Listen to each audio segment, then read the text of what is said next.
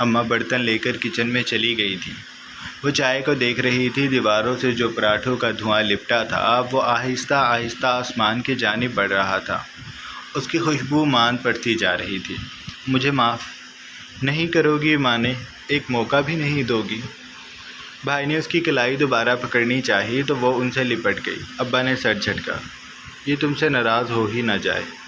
ابا سر جھٹک کر اٹھ گئے تھے۔ عادل نے سختی سے سختی ایمانے کے گرد باہیں حائل کر لی تھی۔ ایمانے بھائی کے سینے سے لگی رو رہی تھی۔ میں چائے نہیں پیوں گا، ابا نے اونچی آواز سے کہا تھا۔ عادل نے بھیگی آنکھوں سے باپ کو دیکھا۔ میں ابا کے حصے کی پی لوں گا۔ اماں روٹی ہے تو وہ بھی دے دیں۔ میں نے ناشتہ نہیں کیا۔ ایمانے کو نہ جانے کیوں بھائی کی بات پہ اور رونا آ گیا۔ اماں بھی کچن میں بیٹھی اپنے پلو سے آنکھیں رگڑ رہی تھیں۔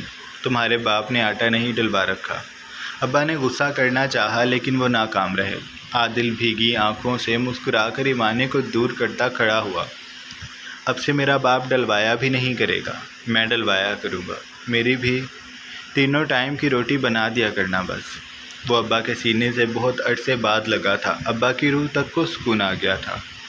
تمہاری بیوی تمہیں کان سے پکڑ کر لے جائے گی۔ اماں چائے لے آئی تھی۔ تمہاری بعد میں لاؤں گی، پہلے تمہارے لیے ناشتہ بنا دیتی ہوں۔ وہ چائے ایمانے کے پاس رکھ کر جا رہی تھیں کہ انہیں عطیہ کی آواز سنائی دی۔ اماں میں بنا دوں؟ یہ میں نے رات کو گوندھ لیا تھا، اب اس سے بنا لیتی ہوں، پھر شام میں سب کا کھانا میں خود بنا لیا کروں گی۔ اماں نے بھویں سکیڑ کر عطیہ کو دیکھا۔ یہ تم لوگوں کی کوئی نئی سازش تو نہیں ہے گھر پہ قبضہ کرنے کی؟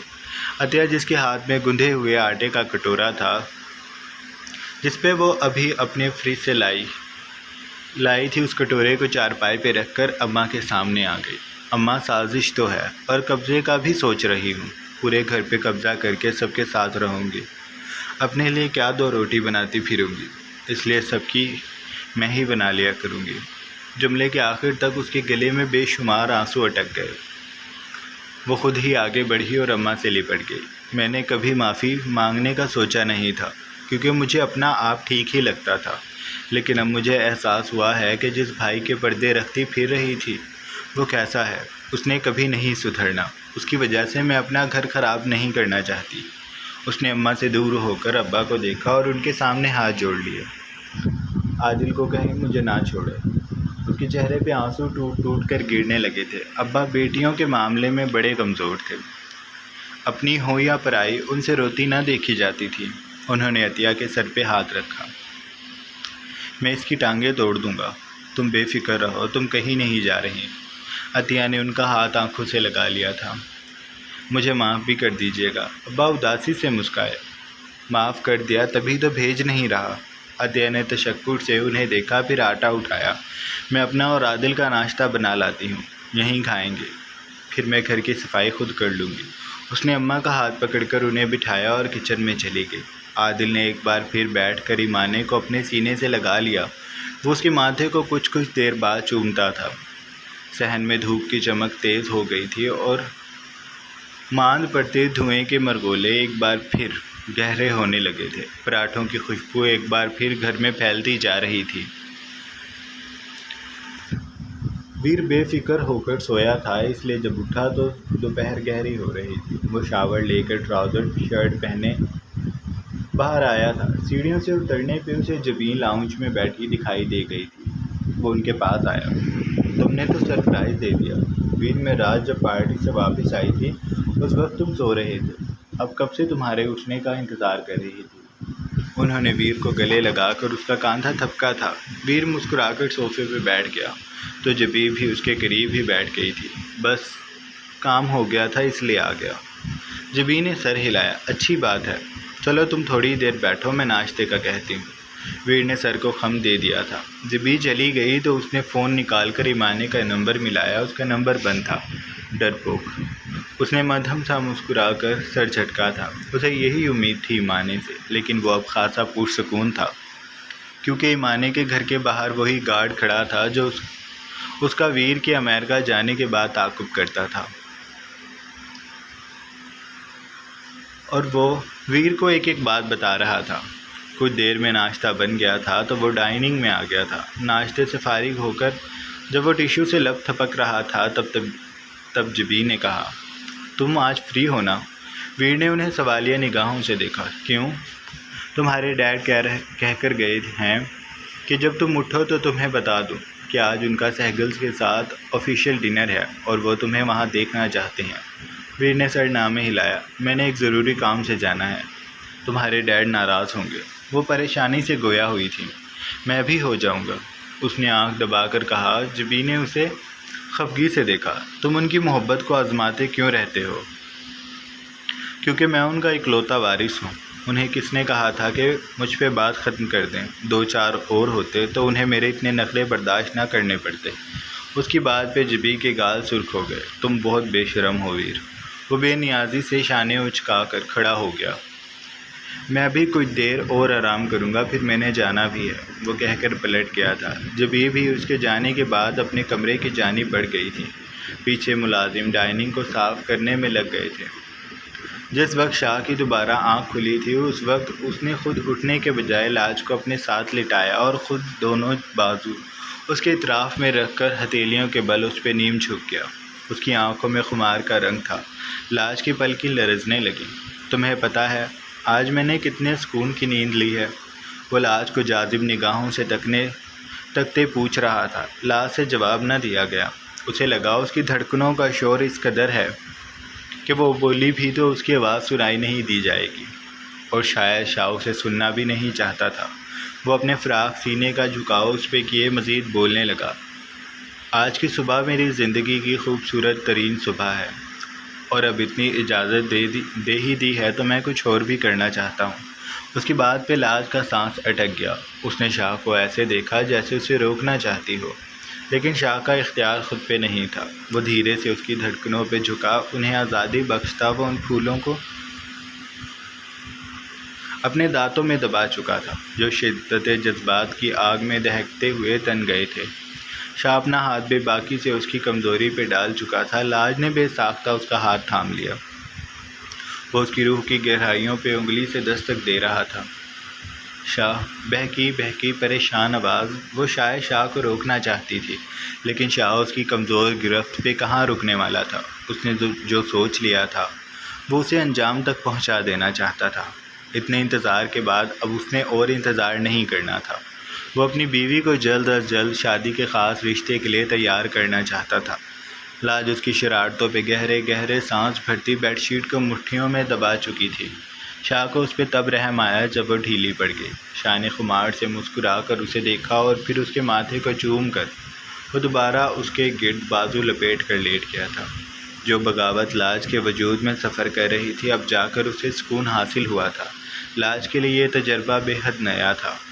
اس کے بعد جو سکون اس کی رگوں میں اترا تھا وہ ناقابل بیان تھا، اور وہ میٹھی سی تھکن جو اب کسی بھاری وجود کو اوڑھ لینے کے بعد کم ہونی تھی، اس تھکن نے لاج کو مجبور کر دیا تھا کہ وہ شاہ کو اوڑھ کر آنکھیں موند لے۔ شاہ نے اس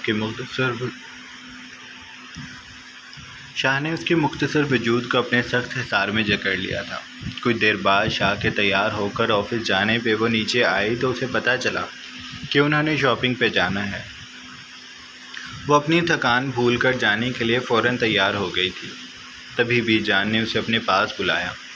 شوہر سے اجازت لے کر جانا۔ اس نے الجھ کر بی جان کو دیکھا۔ پر میں تو پھپھو کے ساتھ جا رہی ہوں۔ وہ ان سے خفا تھی لیکن ابھی وہ بھول چکی تھی، اس لیے عام سے انداز میں بات کر رہی تھی۔ بی جان نے اس کے جواب پہ سر ہلایا۔ ہاں میں جانتی ہوں، لیکن پھر بھی تم شاہ کو بتا دو، اسے اچھا لگے گا تمہارا اس سے پوچھ کر جانا۔ لاج نے دھیرے سے سر ہلایا اور لاؤنج میں آ گئی۔ اس نے شاہ کا نمبر ڈائل کیا تھا۔ وہ ابھی آفس جا کر کام دیکھنے ہی لگا تھا کہ گھر سے کال آنے پہ اس نے فون اٹھا کر کان سے لگایا۔ شاہ؟ وہ لاج کی آواز سن کر تشویش میں مبتلا ہوا تھا۔ جی میری جان، بتاؤ کیا ہوا؟ لاج کے دل کو ٹھوکر لگی۔ اس کا دل کیا وہ پہلے شاہ کو یہ کہے کہ وہ اس جملے کو ایک بار پھر دہرائے، لیکن اس نے ارادہ ترک کیا اور بولی، میں پھپھو وغیرہ کے ساتھ شاپنگ پہ چلی جاؤں؟ شری نے کپڑے لینے ہیں، میں کچھ بھی نہیں لوں گی۔ اس نے ایسا اس لیے کہا کہ کہیں شاہ غصہ ہی نہ کرنے لگ جائے کہ وہ اب پھر شاپنگ پہ جانا چاہ رہی ہے، لیکن شاہ اس کی بات پہ اچنبھے میں تھا۔ شاہ پہلے تو اس کی بات پہ الجھا، پھر جب اسے سمجھ آئی تو وہ خوشی سے نہال ہو گیا۔ تم مجھ سے اجازت لے رہی ہو؟ ہاں جی، لاج نے معصومیت سے جواب دیا تو شاہ کا دل کیا کہ لاج کا ماتھا چوم لے۔ تم دن بدن میرا گڈ بیبی بنتی جا رہی ہو۔ تم چلی جاؤ جہاں جانا ہے، دھیان سے جانا، اور ایک بات، کچھ لینا ہو تو لے لینا، الماری میں پیسے رکھے ہیں ان میں سے لے جانا، اور خالی ہاتھ مت آنا۔ اس نے آخر میں تنبیہ کی اور کال رکھ دی۔ لاج نے ویسے تو کچھ بھی نہیں لینا تھا، لیکن اس نے پھر بھی شاہ کی بتائی ہوئی جگہ سے پیسے اٹھا لیے تھے۔ کچھ دیر بعد وہ پھپھو اور شیریں کے ساتھ بازار کے لیے نکل چکی تھی۔ یہ عصر کے بعد کا وقت تھا جب اس کے گھر کا دروازہ کھلا اور اسے ابا کی آواز آئی، آ جاؤ بیٹا اندر۔ ایمانے کے دل کو کچھ ہوا۔ اس میں ہمت نہ ہوئی کہ وہ اٹھ کر باہر آنے والے کو دیکھ ہی لے۔ اس کا حلق سوکھ گیا۔ وہ وہیں بیٹھی رہی۔ اماں بھابھی کچن میں تھیں، وہ بھی باہر آ گئی تھیں۔ وہ سب شاہویر سے ایسے مل رہے تھے جیسے بہت پرانی جان پہچان ہو۔ شاہویر کو بھابھی کے سلام پہ حیرانی ہوئی تھی۔ خیر وہ ایمانے کے ابا کے ساتھ اندر کمرے کی جانب بڑھ گیا تھا۔ وہ چوکھٹ پہ پہنچا تو اس نے ایمانے کو چارپائی پہ گھٹنوں کے گرد بازو حائل کیے چہرہ نیچے کر کے بیٹھے دیکھا۔ وہ ہلکا سا مسکا دیا۔ وہ جانتا تھا ایمانے اسے نظر انداز کر رہی ہے۔ اس نے ابا کو دیکھا۔ یہ مجھ سے ڈرتی ورتی نہیں ہے، مجھے ڈرا کر رکھتی ہے۔ اب بس مجھے تنگ کرنے کے لیے یہ سب کہہ رہی ہے۔ اسے بہت اچھا لگتا ہے مجھے تنگ کرنا۔ وہ کہہ کر قدم قدم چلتا اندر آ گیا تھا۔ پائنتیوں میں ایمانے سے کچھ دور بیٹھ کر اس نے ایمانے کو پکارا۔ اس نے دھیرے سے چہرہ اٹھایا اور بھیگی بھیگی سی آنکھوں سے ویر کو دیکھا۔ تم چلے جاؤ یہاں سے۔ اس کے وجود میں لرزش تھی۔ میں نے ابھی 1 گھنٹہ لگا کر تمہارے ابا کی منتیں کی ہیں کہ وہ تمہیں میرے ساتھ رات 8 بجے تک کے لیے بھیج دیں، اور مجھے لگ رہا ہے کہ مجھے 1 گھنٹہ تم پہ صرف کرنا ہوگا۔ وہ ناراض لگنے لگا۔ شہد رنگ آنکھیں خفگی سے ایمانے کو دیکھنے لگی تھیں۔ پھر وہ ہلکے پن سے مسکرائی اور وہ نرمی سے بولا، پلیز مان جاؤ نا، ہمیں بات کرنے کی ضرورت ہے ایمانے، پلیز۔ اس نے کہہ کر بالکل عقب میں کھڑے ابا کو دیکھا تاکہ وہ اس کی مدد کر سکے۔ ابا ایمانے کی دوسری جانب آ کر بیٹھ گئے۔ چلی جاؤ ایمانے۔ ایمانے نے باپ کو شرمندگی سے دیکھا تھا۔ اسے اچھا نہیں لگ رہا تھا کہ وہ اپنے باپ کے سامنے شاہویر کے ساتھ جائے، لیکن وہ بہت اصرار کرنے پہ تیار ہو گئی تھی۔ سفید فراک کے ساتھ ہم رنگ دوپٹہ اچھے سے اپنے سر پہ لینے کے بعد اس نے چادر کو شانوں پہ ڈالا اور باہر آ گئی۔ ان کی گلی کے نکڑ پہ گاڑی کھڑی تھی۔ گھر کے بعد دور گارڈ سے ایمانے کا انہیں دیکھ کر ہی خون سوکھ گیا تھا۔ شاید شاہویر جانتا تھا، اس لیے اس نے ایمانے کی ذرا سی انگلیوں کو اپنی انگلیوں سے الجھایا اور اسے لے کر گاڑی میں بیٹھ گیا۔ آج ڈرائیور نہیں تھا، وہ گاڑی خود ڈرائیو کر رہا تھا۔ ایمانے فرنٹ سیٹ پہ سمٹی ہوئی بیٹھی تھی۔ شاہویر نے اسے کوئی بات نہیں کی تھی، وہ بس خاموشی سے گاڑی چلا رہا تھا۔ ان کی گاڑی کے پیچھے گارڈز کی گاڑی تھی۔ ایمانے عقب نما شیشے سے بار بار اس گاڑی کو دیکھ رہی تھی۔ تمہیں مجھ سے ڈر لگ رہا ہے؟ اس کے سوال میں صدمہ تھا۔ ایمانے نے چہرہ جھکا لیا۔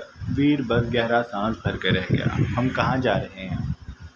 بہت دیر بعد ایمانے نے پوچھا تھا۔ ویر نے سامنے دیکھتے ہوئے جواب دیا، فارم ہاؤس۔ کیوں؟ ہمارا نکاح ہے وہاں۔ ایمانے اس کی بات پہ ششدر رہ گئی۔ مجھے میرے گھر جانا ہے۔ وہ ایک دم سے ہی گھبرا گئی۔ ویر نے اسے بھویں سکیڑ کر مصنوعی برہمی سے دیکھا۔ ایمانے، مجھے تم سے یہ امید نہیں تھی۔ رات کو جب میں تمہارے بھائی کو ہاتھ لگانے لگا تھا تب تو تمہیں مجھ سے ڈر نہیں لگ رہا تھا، اور اب تم پھر شروع ہو گئی۔ کیوں میرا صبر آزما رہی ہو؟ وہ بے حد رسان سے شکوہ کر رہا تھا۔ ایمانے کی آنکھیں بھیگنے کو مچلنے لگیں تو ویر نے اسے گھورا۔ اگر تم روئیں تو دیکھنا میں تمہیں تمہارے گھر نہیں چھوڑوں گا، اپنے ساتھ لے جاؤں گا، آج ہی۔